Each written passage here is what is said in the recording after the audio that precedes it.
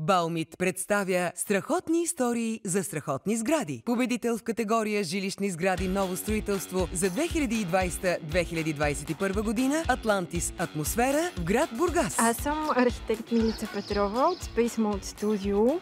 От доста години работим в партньорство с Атлантис България Холдинг, които са инвеститори и реализираха Атлантис Атмосфера. Сградата е победител в категория жилищни сгради в конкурс, организиран от Баумит, фасада на годината за 2021 година. Това е за нас една уникална и много специална сграда, защото имахме възможността и щастието да познаваме много голяма част от бъдещите обитатели. Това ни даде възможност да организираме множество срещи и събития, на които да можем да коментираме какво е важно за обитателите, за да имат една устойчива жилищна атмосфера.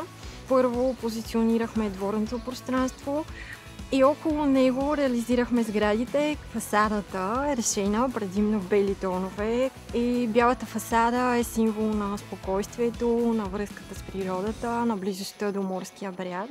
В интерес на истината, винаги съм искала да бъда ландшафтен архитект. Биофилията за мен е много важна. Това е ежедневната нужда на човек да бъде сред природата. Ето защо във всяка една от нашите сгради ние се стремим да създадем колкото се може повече зелени пространства.